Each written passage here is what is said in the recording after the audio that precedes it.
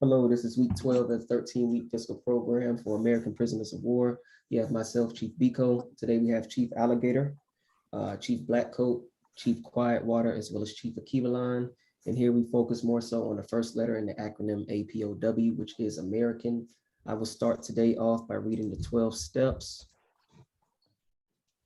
And you all just let me know once you're able to see it. Good to go? Yep. Okay.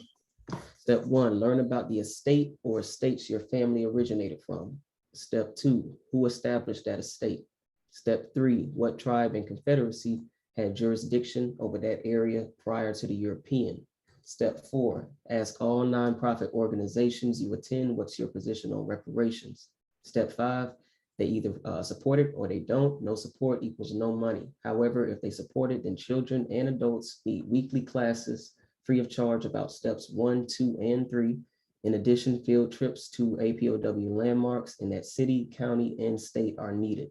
Step 6, don't support European holidays for the remainder of the 13-week time frame. Step 7, avoid spending money with any small business that doesn't hire your people, gas stations, nail salons, subways, corner stores, etc.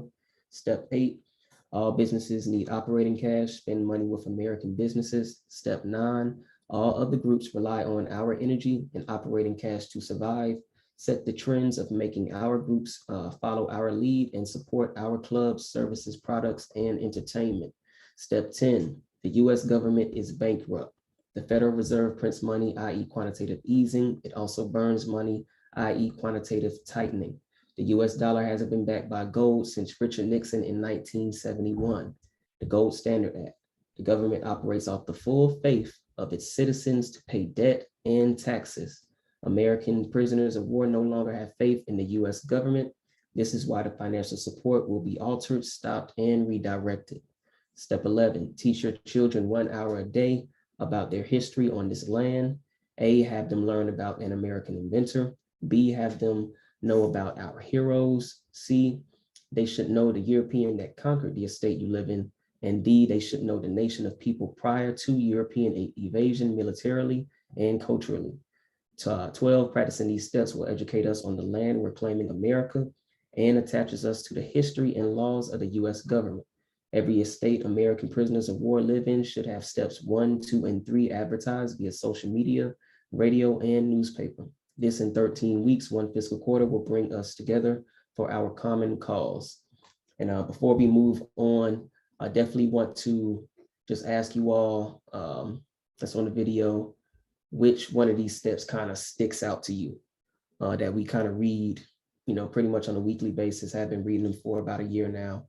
Which one sticks to you? You all can go in any particular order. I think The the one American. Go ahead, Chief. I was going to say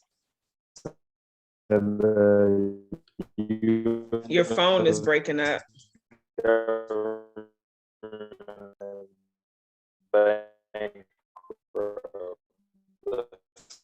You're breaking up. I need to say they're using quantitative tightening. Yeah, we didn't get that, boss. The Chief Akivalan.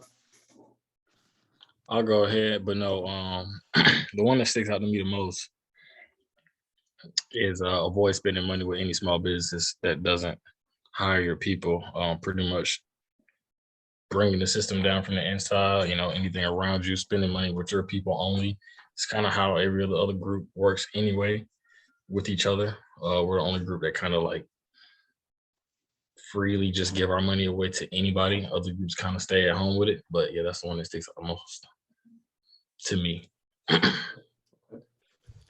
For me, it would be actually number one, the very beginning when we first started, when we had to do the little projects of learning where our family originated from, to debunk the fact that we had to go search back in Africa to find where our lineage came from. So I think number one is most important to me, and then everything else pretty much in the order that it is, that we read every week.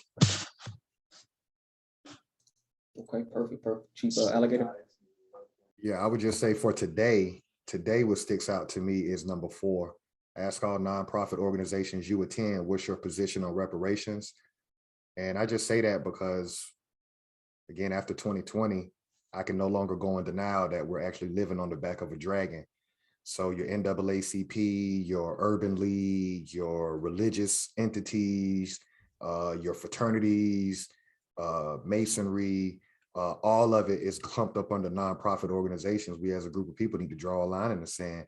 What's your stance on it? If you're not with us being repaired and getting these industries back and everything that comes with it, why are we fucking with it? That's what jumps out to me today. Right. Something that jumped out to me would be 10, especially this week. Just trying to actually get my hands on some actual money, some actual constitutional money. Understanding what the difference is between, a gram of silver, ounce of silver, kilo, these different terms that we hear all the time, and what Chief Alligator likes to say, reality rap, basically gangster rap music, getting a kilo, a brick, things of that nature. They basically talking money, but do they actually understand that those terms are what, money is actually separated in or categorized in?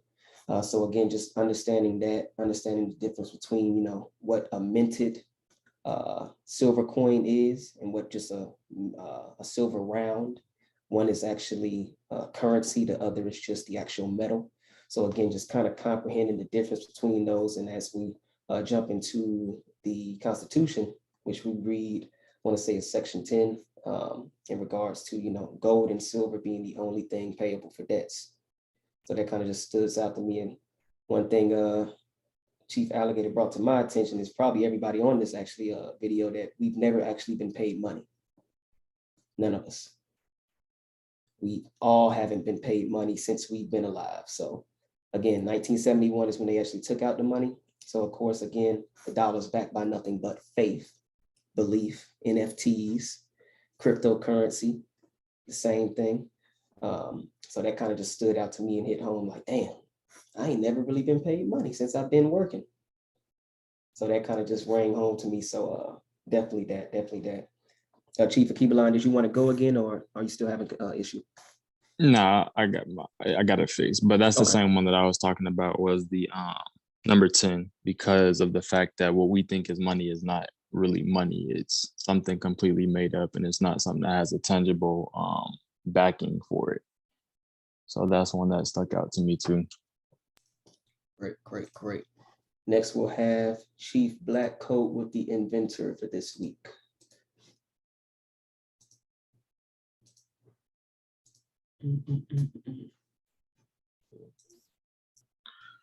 All right, so we got Miriam E Benjamin. This is an American woman. She is born, let me get to my screen, guys, because I got your screen up. Oh, my bad. So I don't actually have her actual birth date here, but she received her patent in 1888 for the Gong and signal chair for hotels. The patent number will be 386289. And the application stated that her chair would reduce the expenses of hotels by decreasing the number of waiters and attendants, to add the convenience of comfort of guests, and to obviate the necessity of hand clapping or so to pretty much rid of the necessity of hand clapping and calling out loud to obtain service of pages. So this is Miriam E Benjamin. Let me see if I have her birthday. So I don't have her specific birthday, but she was born in the year 1861. Charleston, South Carolina. So she's from the South. And she moved her family to Boston, Massachusetts in 1873. I can relate to that one. That sounds like back in my clubbing days, when you go to the bar, only the loudest voice gets heard. You had to be, hey, you got to have your money in your hand, get her attention. So I guess that lady sat down and said, how can we eliminate that? Yeah, let's just make a loud bell. So yeah, that's what came to my mind. Right. The loudest person get their order in. Facts. But it had a light on it, a little signal. Gosh, you definitely benefit that. Kind of remind you, like you said earlier, offline with the little Pay buzzers at the that they give table. you. Oh yeah, the buzzers, They right? kind of You ring know. off whenever your table's ready or something like that. Okay. Next we'll have Chief Alligator with the Dr. Woodson quote.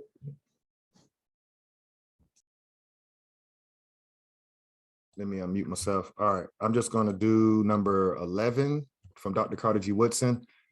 Number 11 says, our advanced teachers, like most highly educated Negroes, pay little attention to the things about them except when the shoe begins to pinch on one or the other side. Unless they happen to become naked, they never think of the production of cotton or wool. Unless they get hungry, they never give any thought to the output of wheat or corn. Unless their friends lose their job, they never inquire about the outlook for coal or steel, or how these things affect the children whom they are trying to teach. In other words, they live in a world, but they are not of it. How can such persons guide the youth without knowing how things affect the Negro community? That just speaks volumes to me today. Again, we're in that after 2020 reality, and you see our children selling water, the unemployment. You just see how many of our group are just unskilled. And I'm saying this from a middle-aged man point of view. We just have unskilled youth, and it's showing right now. We're living out of Uber and all these different things. Kudos that came about. But I think this pandemic is really exposing, it's like 2 generations of just unskilled young men. Like, you put the cell phone down, what can you do? What can you actually do in society? And that goes to, unfortunately, the people who are charged with educating us. More focused on your salary, where you club at, where you socialize at, what you driving, where your house is located, more so than actually giving back and pouring into the next generation. That's what I take from that one. Anybody else want to build on that real quick? No, that was a great one. That one hit. We read those many times, but that one hit a little different because you're now seeing us become we're hearing him watch our group become dependent. He's saying, until you get hungry, you're not thinking about going and plant them crops. You're already working on this other system where he's watching our people be defeated, no longer have a drive to do anything, just want things easy. So yeah, you're seeing it today, like you said, Uber. Shout out to Uber and Lyft, but now we're watching our people just pretty much no skill. You just go, don't think, and yeah, that's not good. For sure. I just add, basically, like you stated, seeing the water boys out in the summer, seeing them, Year all over round. the city. And it's like, damn, we don't even have, any type of summer activities for them to even be in to learn said skill, to actually be able to make themselves some real money instead of, being out there trying to beg and bargain. Definitely is reminiscent of like, say, I'm not sure if anybody went to Bahamas or anything. Well, as soon as you get off, like, say you went on a cruise, as soon as you got to get off that port, you're going through like shops and you see like people on the street just trying to, hey man, buy water, buy this thing 2 for $5 or something like that. And it's kind of like, damn, our people look like these quote unquote third world countries. Survivors, because they don't have skills. They're not being taught anything. So like you said, when you have these people who are just looking at the symptoms of that, as far as these highly educated people seeing these symptoms, they're like, oh, well, we just got to get them off the street instead of saying into prisons or jail. Instead of saying that, where the skills at. Let's get them in some community activities, teach them some skills so they could utilize that.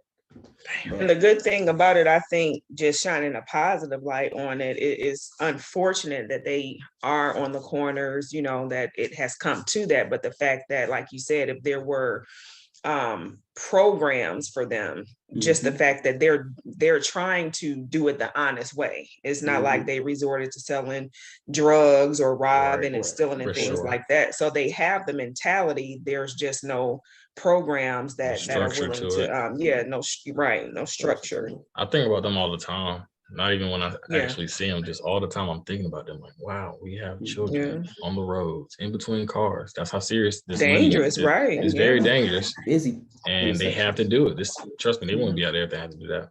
Exactly. They rather be at Exactly. home playing a video game or something, or They being, have to do that. being a kid. But like you said, they have to do that. And it's funny because I never see any Hispanic children, Asian children, white children, even Our in their children. own communities. Like we can go to Mhm. each spot of the metro Atlanta area that Wherever.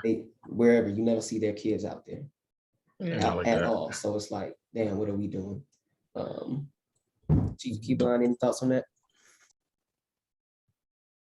I'm really just in agreement to what everyone said, because being the fact that it's a skillless generation, that's kind of just like defeating people before they even get to the chance of making a difference in the community. Like as a kid, that's when you're supposed to learn.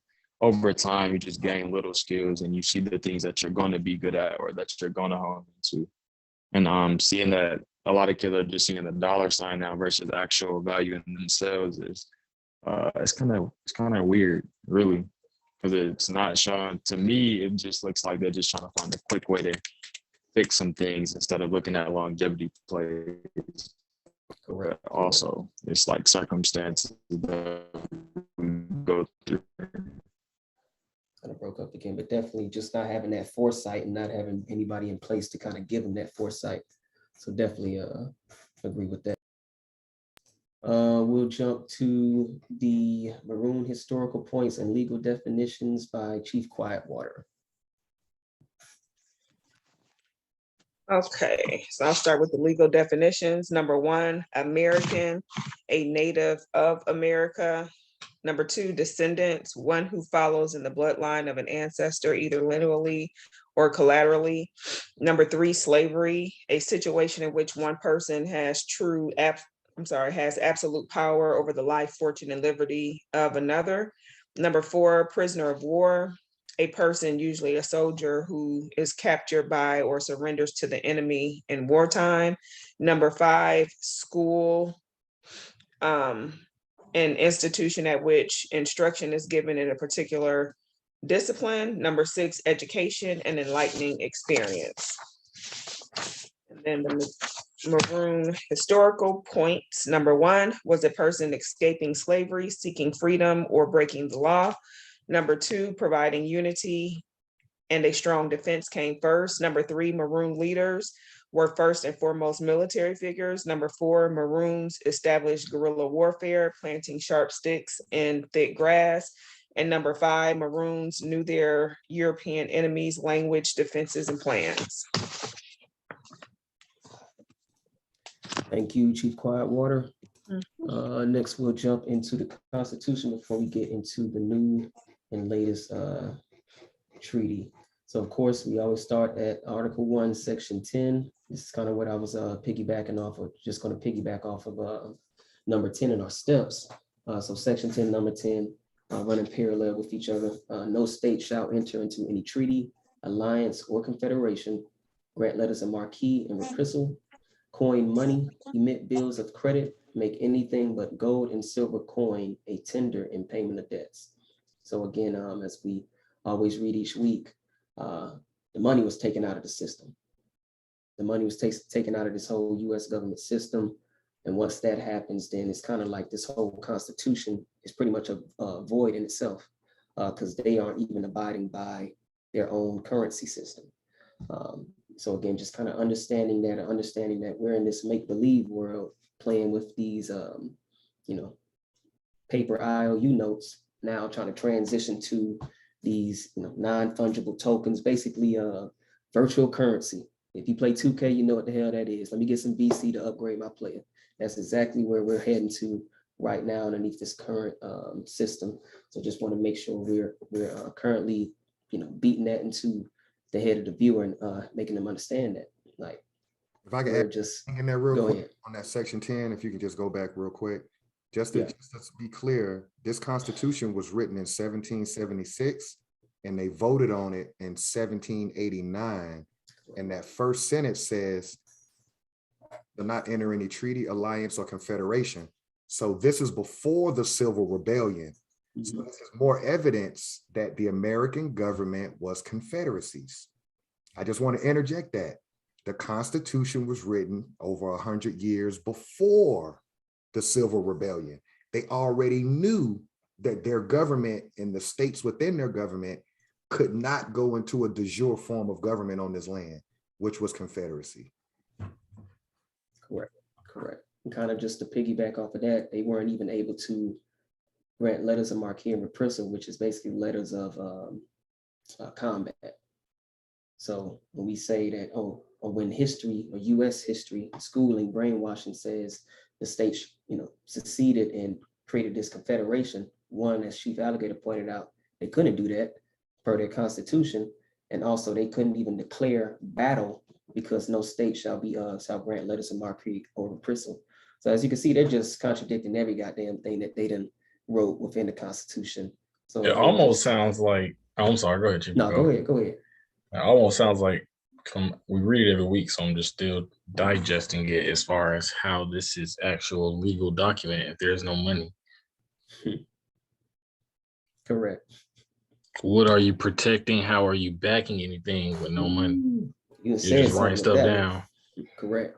That's the Rosetta Paper war. Stone, Chief Blackcoat. Paper warriors. Why are we letting these people oppress us? There is no money.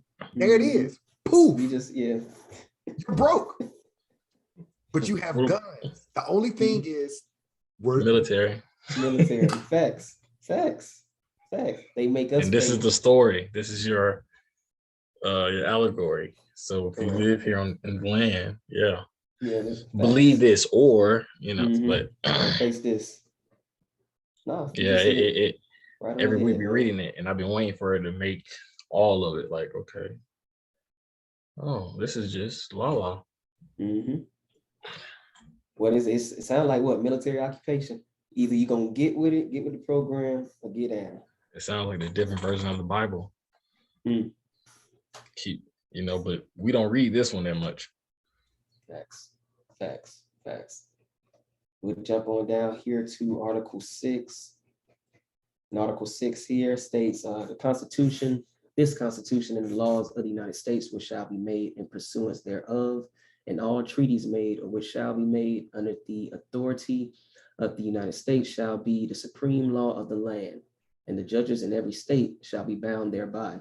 Anything in the Constitution or laws of any state to the contrary, notwithstanding. So again, just saying that this treaty is the supreme law of the land.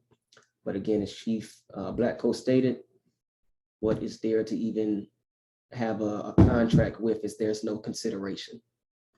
Consideration would be basically payment or any type of money. So it's like, how can this be a legal contract if there's no consideration, no exchange of value? So again, just highlighting the hypocrisy of this government here. And before, we always gotta look at the militia and who has control over it. Section 2, Article 2, the president shall be commander-in-chief of the Army and Navy of the United States and of the militia of several states. So again, the president has not only has control of the Army and Navy, but also of the militia of the several states, which we saw highlighted as well during 2020, when people were just getting, thrown in the vans. You had the I forget what they call the Patriots or these other type of militia groups coming out of the woodworks. They were called upon by one person, and that person is the president, also known as the commander-in-chief. So just kind of understanding the rules of the game, that way we can make sure we set up ourselves for the best position to win the game and ultimately get out of it. And then just going back here, like whatever they called it, Patriots. It was Militia District 32, whatever. Mhm. Whoever had a gun. Facts. All right, so let me see. I think this is going to be. So just kind of recap of where we started. We started off with the Emancipation Proclamation, January 1st, 1863. Nothing specific to our group of people. Jumped into Amendment 13 that was ratified January 31st, 1865. Again, nothing specific to our group of people. We jump again forward to Special Field Order number 15. A lot of people like to refer back to this document as something that's being specific to us, which it was. But again, as I like to say, this came from like a customer service rep, but not the actual CEO, not the manager, which would have been the president, commander in chief. So we can't even hold on to any information that was given in this one. Jump over to the Freedmen's Bureau, nothing specific. Amnesty Proclamation, nothing specific. And we just finished off the Civil Rights Act of 1866, which had nothing specific for our group of people. And of course, the 14th and 15th Amendment did not as well. So what we'll be doing today is jumping into the Indian Treaty of 1866. And this one was ratified June 28th of 1866.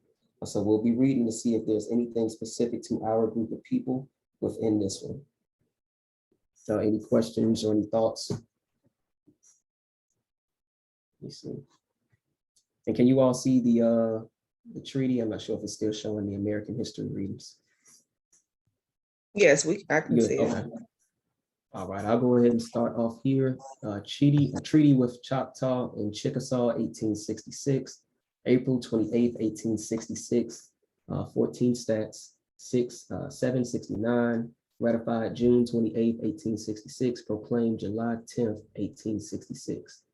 Indian Affairs, Laws and Treaties, Volume 2, compiled and edited by Charles J. Kapler, Washington Government Printing Office, 1904. Articles of Agreement and Convention between the United States and the Choctaw and Chickasaw Nations of Americans, made and concluded at the city of Washington, the 28th day of April in the year 1866 by Dennis N. Cooley, Elijah Sells, E.S. Parker, Special Commissioners on the part of the United States, and Alfred Wade Allen Wright, James Riley, John Page, Commissioners on the part of the Choctaws, and Winchester Colbert, Edmund Pickens, Holmes Colbert, Colbert Carter, and Robert H. Love, Commissioners on part of the Chickasaws.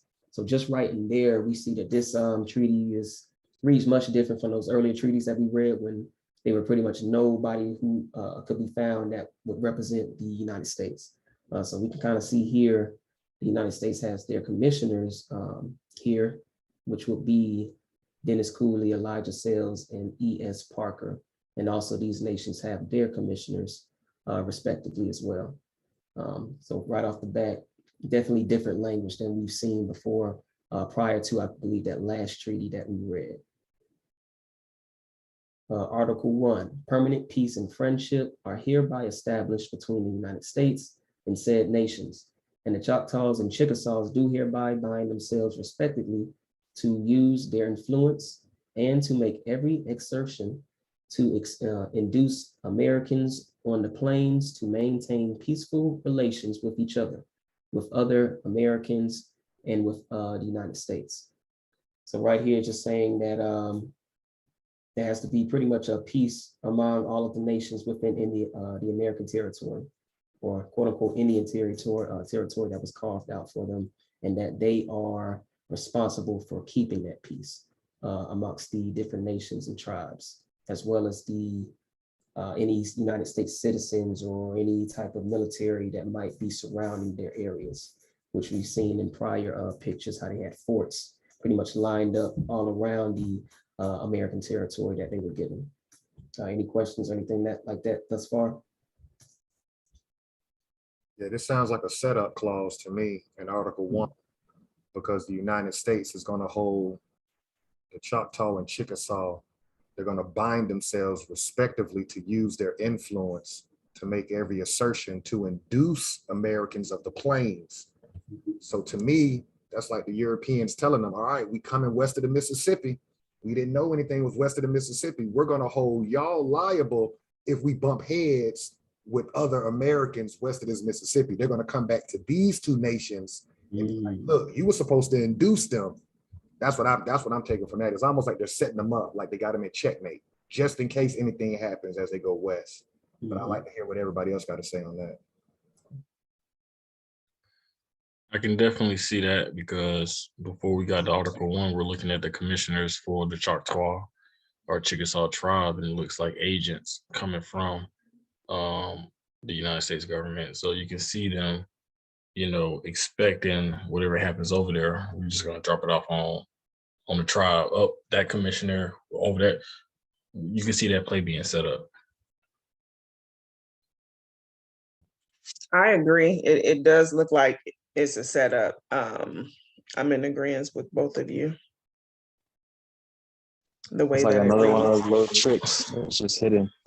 Right. We're not It necessarily. sounds good on paper, but it seems like they have something else down the line that they're trying to Right. do or have plans to do if something goes south. Or they just don't know, and they're just kind of saving their asses beforehand. Yeah, I think that too. Yeah, they kind of have a foresight. I know there's stuff still west of this Mississippi that we haven't, excavated or marked. So let's go ahead and make sure we right off the bat, we put a clause in that way. Anything that we do find, any type of, other actual Americans we might run into outside of, these nations that we've, captured in this area, we're going to hold you all accountable. So you better talk to your boys. That's going to be y'all last pretty much. So definitely in alignment with that. Article 2, the Choctaws and Chickasaws hereby covenant and agree that henceforth neither slavery nor involuntary servitude otherwise than in punishment of crime whereof the party shall have been duly convicted in accordance with laws applicable to all members of the particular nation shall ever exist in said nations.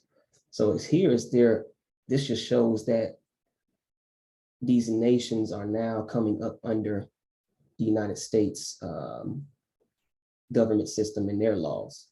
Because I thought they were supposed to be separate, have their own thing. Look, y'all just move over here and run your own government, your own type of, pretty much government and systems that you want to, just leave us alone. But here they're saying that they have to pretty much align themselves with what was written in the 13th Amendment. So this is what I'm getting from Article 2. Any thoughts? Yeah, historically, there was no prisons on this land. We read that in a previous document where it talked about the white slaves on the document coming out the Library of Congress. We have to understand that this criminal system that we currently live under the United States government, that was a system that came from Europe, locking people in dungeons in the bottom of the churches or, locking people, America didn't have prison systems. And I remember that one passage in that document we read as they were coming over here to America, it clearly said that America was against criminals. So this idea of prison didn't exist until the European came over here and set up his government. And I agree with you. It's like they're forcing the Choctaw and Chickasaw to participate with slavery. Yeah, because you can't say that you got your own nation, but then, hey, we're telling you, if somebody commit a crime, you can't cut off their hand like the old way on the other side of the globe. Nah, you're going to have to enslave them. Correct. Above y'all. It's the same thing. It's literally just the same bait and switch. Like this doesn't exist, but it exists if you do X, Y, and Z. Correct. Again, like you said, another clause to continue the slavery, pretty much. Article 3, the Choctaws and Chickasaws, in consideration of the sum of $300,000, hereby cede to the United States the territory west of the 98° west longitude, known as the leased district, provided that the said sum shall be invested and held by the United States and at an interest not less than 5%. I'll stop right here. So it looks like, Wait, correct me if I'm wrong, but did they say that they're gonna give these nations this money, but say we're gonna keep it for you just in case, but there's no insurance? I mean, there's no interest. That's what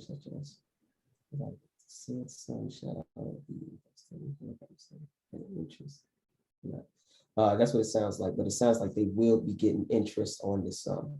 So for the land, again, west of wherever this territory is, 98° west longitude, that the Choctaw and Chickasaw Nation will be given $300,000 But again, like you said, the chief will keep in line, we'll keep it, as the United States is saying, we'll keep those funds, and they'll accumulate interest no less than 5%.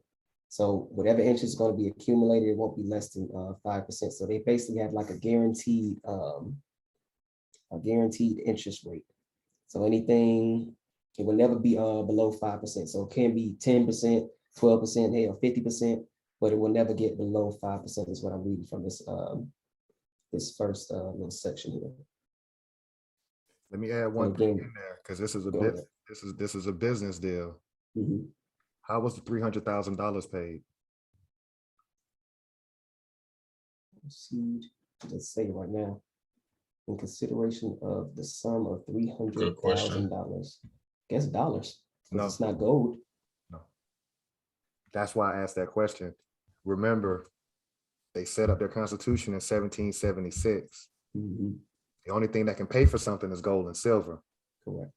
So in this deal, the Choctaws and Chickasaws got gold or silver to give up that land. Are you following me? That's Okay. the only thing that's money. Yeah, you're dealing with the real lords of the land.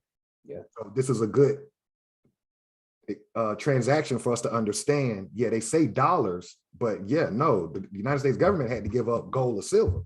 Because it's backed by that. Yeah, because you're dealing with this, you're American, so you can't give me a piece of paper. Makes sense. With me? Makes sense. Makes sense. And again, that consideration part, that's any type of legal contract you have to have, I want to say 5 key points. You have to have the acceptance, consideration, and then there's like an offer, and then like 2 other points. So that's why I was getting kind of back to when we read that section 2, basically again saying, you know, nothing can be payable for debt except for gold and silver. Well, if that's out of the whole US government system, then every legal contract will be void because it's not backed by any actual money. So again, that's that consideration part of any type of legal contract. That's And where you let just me get add one debt thing from. in. Let me add one, because we didn't go over this. Let me add one thing in. Mm. The currency has collapsed multiple times under this government. Right. Paper currency. Mhm. You see what I'm saying? So that's why I'm saying you got to look at the transaction went in gold and silver. Like they had greenbacks at one time. During this time period, they were using greenbacks. That government went bankrupt, and then they came out with Federal Reserve notes. So they weren't always dealing in what we deal in today. Correct. You see what I'm saying? So it's like they keep the gold and the silver stashed away, and they just create new IOU notes. Right. Would you say they had bad treasurers just throughout history of this government? You just continue to keep going bankrupt. Well, this war in particular, this Seminole War, this was the most expensive war in United States government history. This Wow. Seminole War literally collapsed that republic. Because they were using a different currency during. We didn't get into the history of the money, but that's one of the reasons I brought that up. Yeah, this thing keeps resetting. Like right now, we're in a reset. Yeah, a lot of us don't. Yeah, this thing keeps going bankrupt. and it's kind of even aligns with the reclassification. Like you said, they called it what, greenbacks at one point. Okay, we got to come up with something else. Federal Reserve notes.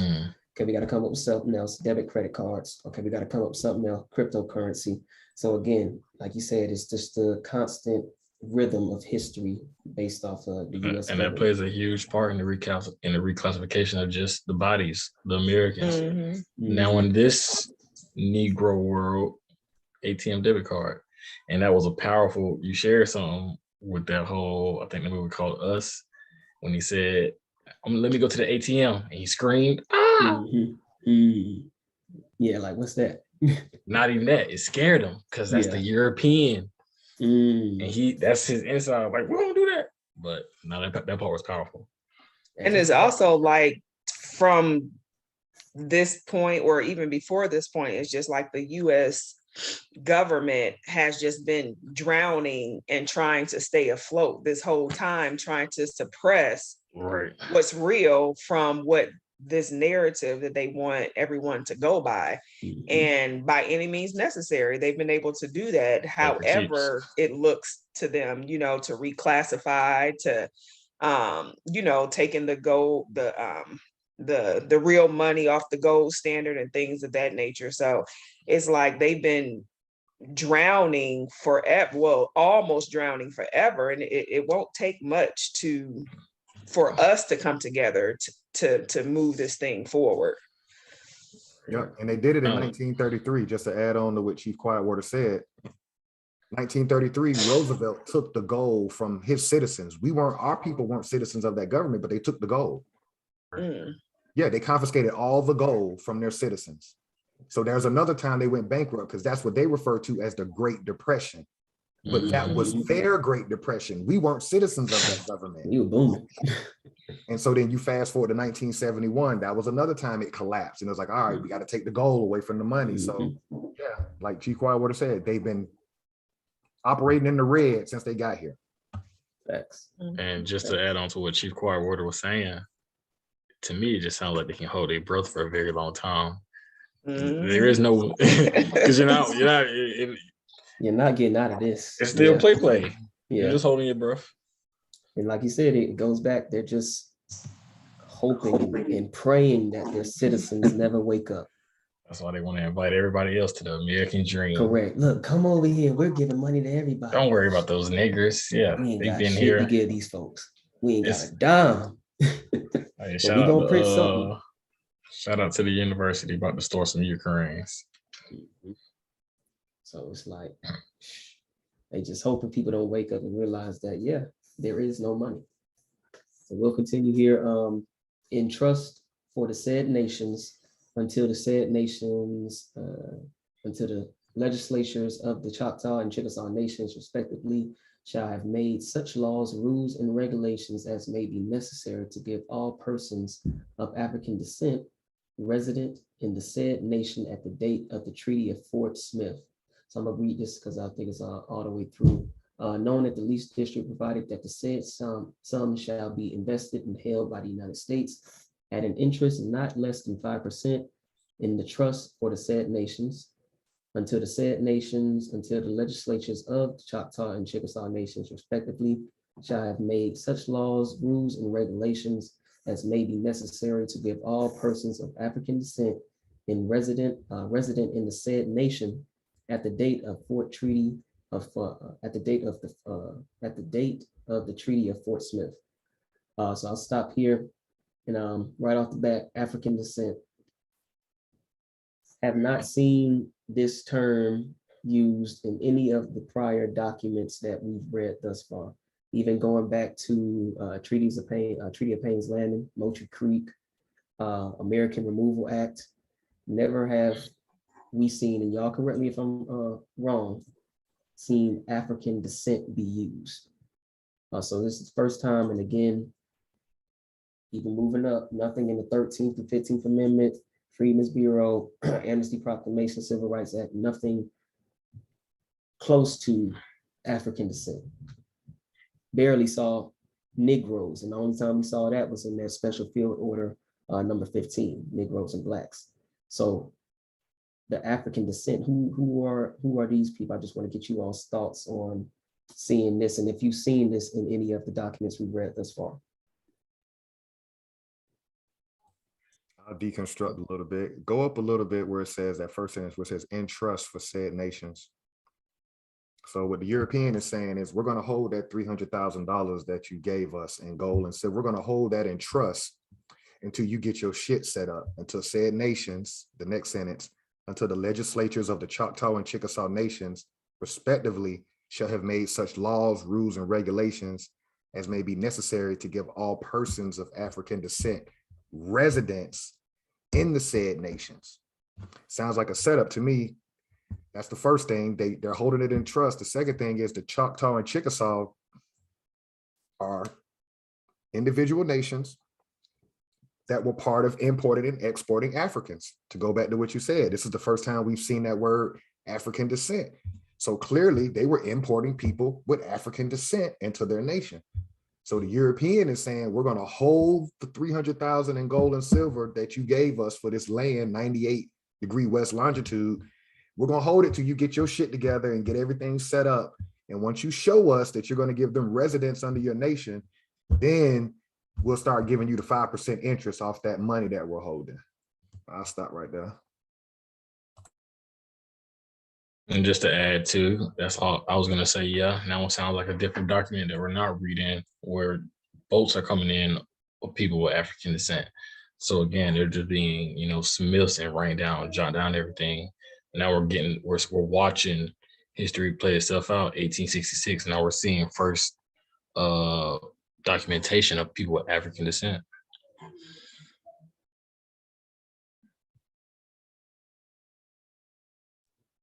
We already done figured out the American side. Now we're some Africans over here. Okay. What it highlights to me is too that the European accounts for everything. So they're specifically accounting for people of African descent. So they know they have records of Africans that were brought over here. Because again, it's highlighting to me that the Negroes and Blacks that we read in Special Field Order weren't Africans, because if that's the case, they would have called them Africans. So who are these people of African descent? What they're saying, like Chief Alligator alluded to, they were in the trade or that slave trade market, the Choctaws and Chickasaws. So they're saying that any persons with that African descent shall again be considered a resident underneath their nation. Chief Quietwater, Chief Akibalon, what's your thoughts on that? I'm in agreement to everybody, so I don't have nothing to add. Me either. You guys pretty much hit it on the nail. Go ahead and pick up here. And their descendants heretofore held in slavery among said nations, all the rights, privileges, and immunities, including the right of suffrage of citizens of said nations, except in the annuities, monies, and public domain claimed by or belonging to said nations respectively.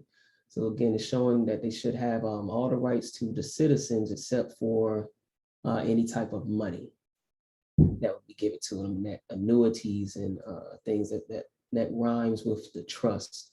Because I believe in the trust and it gains, of course, it's accumulating interest at that nothing less than 5%. So it's basically saying like anything that's going to be paid out for the duration of somebody's life, annuities, monies, and public domain claim, they won't be or have access to that.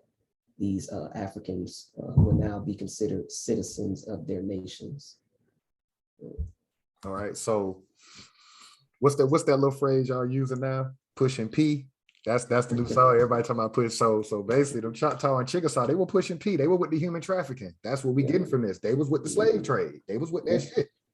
And so now the United States government is holding them liable for that. Like, look, you own that, you trafficking. So you got to straighten them people's kids, and you got to straighten them people that you held in slavery from them nations. So this idea, and I'm glad we're reading this, because the narrative is, all Americans were in slavery. No, we're clearly seeing the two nations that was pushing P, that was human trafficking. Just going back, they account for everything. So they're specifically targeting these two nations because they're like, okay, y'all are the main components of this shit as far as this, human trafficking that was being conducted on this land by Americans. So here, again, just highlighting it, y'all the two big dogs, so y'all make sure y'all get these people straight. At least give them citizenship. We ain't gonna say what we going, we ain't gonna tell y'all what to do with the money as far as anything paid out. Well, actually, we are. They not gonna have any type of claim to that. So y'all just make sure they straight, and then have them work and do whatever y'all want to outside of that. Let me ask y'all a question on here. Anybody's bloodline go back to Choctaw or Chickasaw on this channel? Nah, not mine. Not on my side that I know of. Chief Whitewater, Chief Akibalon. Can you repeat that? My connection was lost for a quick second. No, I didn't hear you either. Has anybody's bloodline, based on what we did in the beginning, does anybody's bloodline go back to Choctaws and Chickasaws? My Choctaw. Okay. So I now don't remember you in Choctaw. Yeah, I mean, there's no right or wrong, but now we know who was in the human trafficking. Right. right? That's all we got introduced to right now in this treaty is who was with the trafficking. That's what it is. Now, this next sentence you finna read is gonna be very interesting. Respectively, okay. And also to give to such persons who were residents as aforesaid and their descendants 40 acres each of the land of said nations on the same terms as the Choctaws and Chickasaws to be selected on the survey of said land after the Choctaws and Chickasaws and Kansas Americans have made their selections as herein provided. So right here, another 40 acres, 40 acres mentioned. And this I is see being what's going on, Dion. Go ahead. specifically to Africans. Right. I'm not even People of worrying about African descent. the 40 ahead. acres. It's just amazing seeing where all this slavery was happening at. Now we're talking about Indian territory, west of the Mississippi. Mhm. That's what's sticking out to me. So we read last week that they couldn't infiltrate the South, but now we're seeing the infiltration and the confusion and the gene splicing going on. But now this is powerful. Great word into that gene splicing, because the amalgamation of people, integration of different quote unquote races. I'm gonna build on that real quick. That's the third time that we've seen 40 acres. Mhm. This is the third document. The first document was the 1866 Civil Rights Act, where the United States government was giving its rebellious peasants that rebelled against them in the Civil War, they were going to give them 40 acres through the War Department. Then we saw Special Order number 15 through General Sherman through the military say that he was going to give 40 acres to the people who enrolled into the military from South Carolina to Florida when we were reading that last week. Now we see this United States government going in a treaty with two nations west of the Mississippi and using the 40 acres language again. So what I'm looking at is this government got his president killed during the Civil Rebellion. Andrew Johnson comes in, they're getting their ass whooped. So they're just making deals that they really can't honor. Yeah, you get 40 acres, you get 40 acres, your group get 40 acres. That's what I'm getting from this. And now they're really making these Choctaw and Chickasaw, they're like, we ain't got enough money to do everything that we said we would do with the Freedmen's Bureau Act and the Special Order number 15. So we're gonna make the Choctaw and Chickasaw liable for any expenses with the people that y'all got to give 40 acres to. Anybody else want to build on that? I would like to say, promises. right, that's what I was going to say. It just seems like they're just throwing that 40 acres language out to sound good, knowing that they weren't going to stick to it, and actually give 40 acres of land.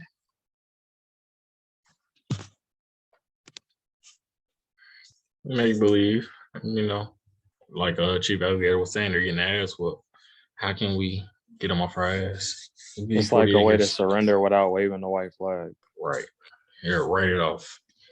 Bankrupt. No, fast. It just sounds It's like fiat propaganda. language, fiat currencies, fiat contracts. Correct. All this make-believe stuff and just sounded like propaganda, because shit, this 40 acres done rain going for 200 plus years or close to it. So definitely 100 and at least 150, 160 years now. So every time you hear 40 acres, 40 acres in a mule. I'm not sure where the mule came from. Still haven't seen that, but definitely have seen the 40 acres at least. So I guess that mule was just something, hey, y'all throwing that motherfucker too. So it's definitely funny how Gotta shit on crops. Yeah, each document has alluded to that. One more thing before we move on. Shout out to the word Kansas, because now we know Kansas is an American name because they're clearly saying Kansas Americans. So that's another thing as we go into the west of the Mississippi. Kansas is a nation of Americans. They must be kind of civilized too. So they're not just 5 civilized tribes, as they like to tell us, or 5 civilized nations. There's multiple hundreds of nations and tribes on this. They didn't know. And this is the first time I've ever seen Kansas used in anything that we've read. So Again, they pushing more west. mhm. A lot of those names of states are actual nations of American, original Americans. Right. Delaware is one. Right. It's always beautiful to know they truly didn't know. Like reading the documentation, they could only talk about what they could see. And as we go deeper into history, we're starting to migrate Oklahoma. Now we're in Kansas. They're like, oh, what was going on in Kansas? Slave for real. Sound like slavery. Free labor. And just throw in what you said, Chief Black Coat. They were bringing skilled laborers from the Creek Confederacy into Oklahoma. What we see now is they're bringing African slaves into Kansas. They're bringing different people. What goes back to your gender splicing you talking about. Yeah. Wow, this is definitely new. New information for sure. Right. It's like a real, we all over here thinking. The fact that they're using Africans and, Africans didn't populate the Southeast at all. Yeah, great point. Great point. They were getting pushed straight into west of the Mississippi into, quote unquote Indian territory. Let me see, it made their selections here and provided. And immediately on the enactment of such laws, rules, and regulations, the said sum of $300,000 shall be paid to the said Choctaw and Chickasaw nations in the proportion of 3/4 to the former and 1/4 to the latter. So 3/4 of it shall go to the Choctaw and 1/4 shall go to the Chickasaw. Less such sum. Hold on, Chief Nico. Chief Akibalan just mentioned that in the previous reading. How the hell, wait a minute, this is a bad deal. How the hell is the United States government telling these two nations, we're gonna hold the money that we're gonna pay you in trust until you get your shit all the way together, then we'll give you the money? It sounds like a setup, because what if they burn down your tribe and your nation? They never gotta pay you. How are you holding my money in land that you trying to, how you do? I'm supposed to hold my money until, that's backwards. It's in trust, so they're that's like entrusting somebody them getting food from you and then getting money to buy food from you and then don't want to give you the money unless you buying food. Like, nah, you gave me this for food, bro. Like, you can't hold someone's money and expect them to act accordingly to what you want them to do with it. Right. That's what they're trying to make them do.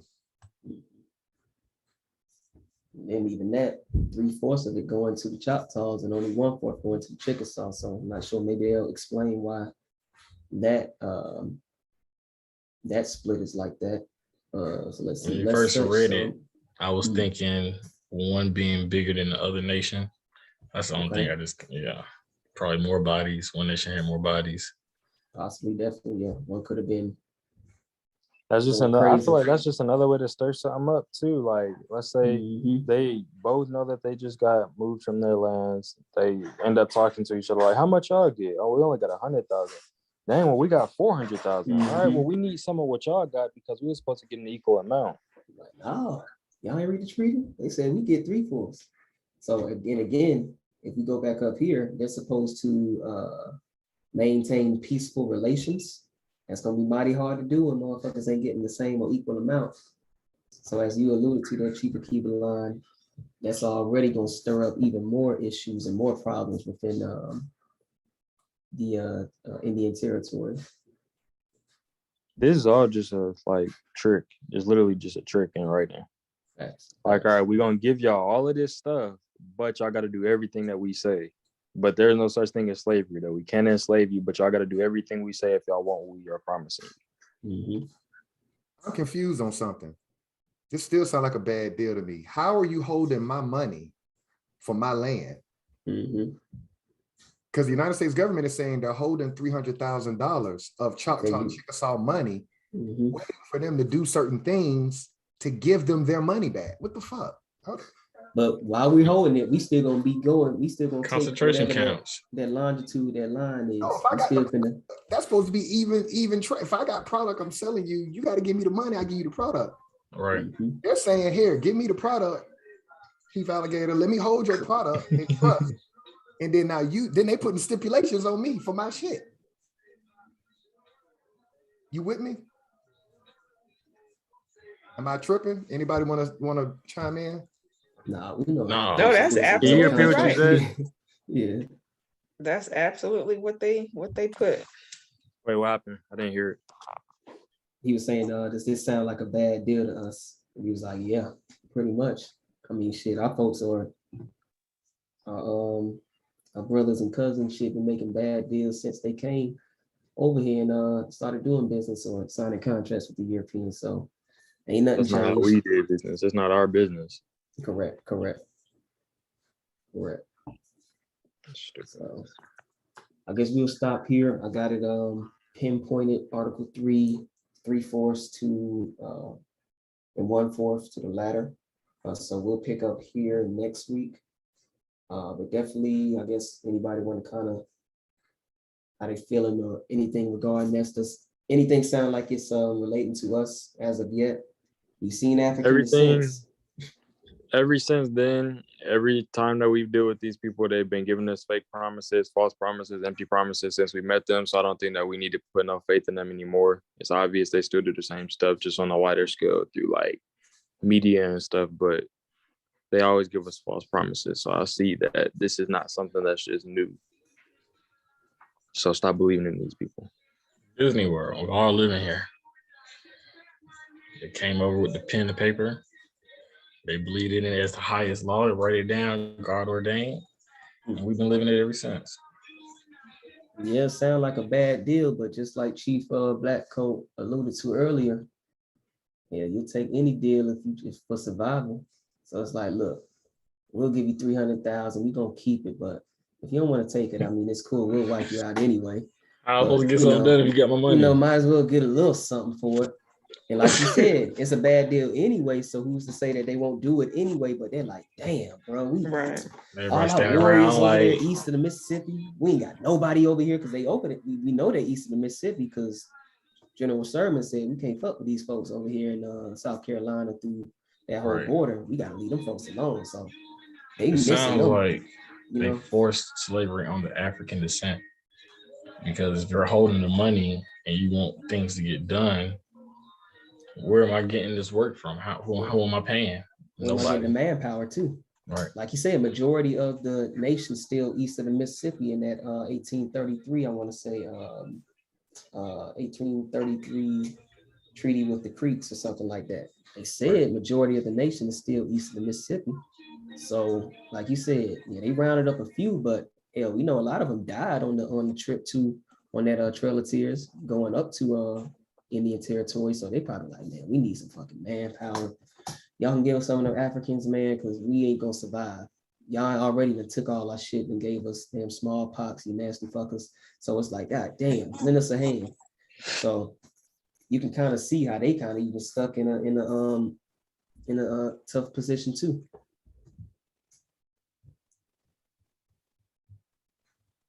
Agreed.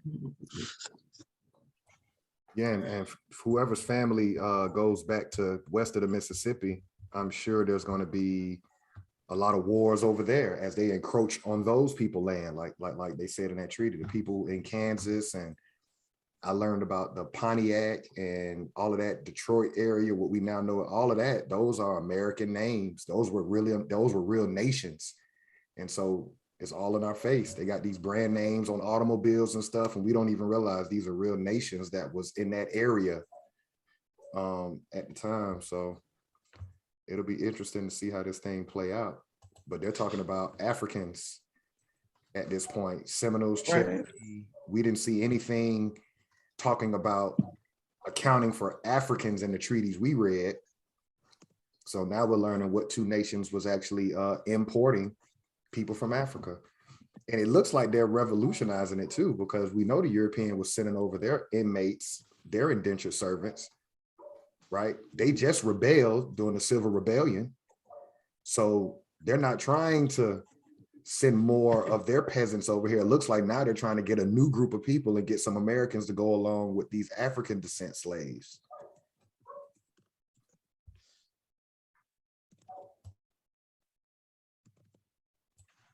Anybody else, Chief Whitewater? No, I think that pretty much sums it up.